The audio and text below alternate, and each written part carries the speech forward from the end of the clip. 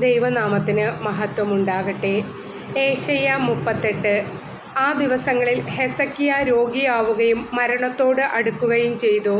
ആമോസിൻ്റെ പുത്രനായ ഏശയ്യ പ്രവാചകൻ അവനെ സമീപിച്ച് പറഞ്ഞു, കർത്താവ് അരുളി ചെയ്യുന്നു, നിന്റെ ഭവനം ക്രമപ്പെടുത്തുക, എന്തെന്നാൽ നീ മരിക്കും, സുഖം പ്രാപിക്കുകയില്ല.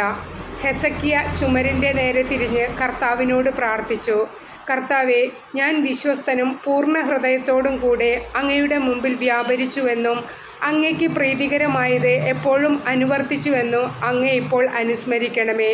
അനന്തരം ഹെസക്കിയ വേദനയോടെ കരഞ്ഞു.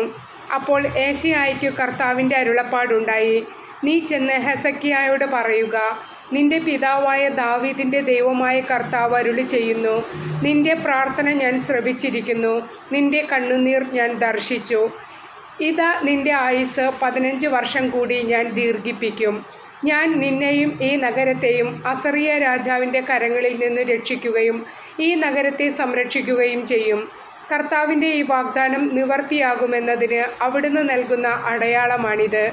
ആമോസിൻ്റെ ഘടികാരത്തിൽ അസ്തമയ സൂര്യൻ്റെ രശ്മികളേറ്റുണ്ടാകുന്ന നിഴൽ 10 ചുവട് പുറകോട്ട് തിരിയുന്നതിന് ഞാൻ ഇടയാക്കും. അങ്ങനെ ഘടികാരത്തിൻ്റെ നിഴൽ 10 ചുവട് പുറകോട്ട് മാറി.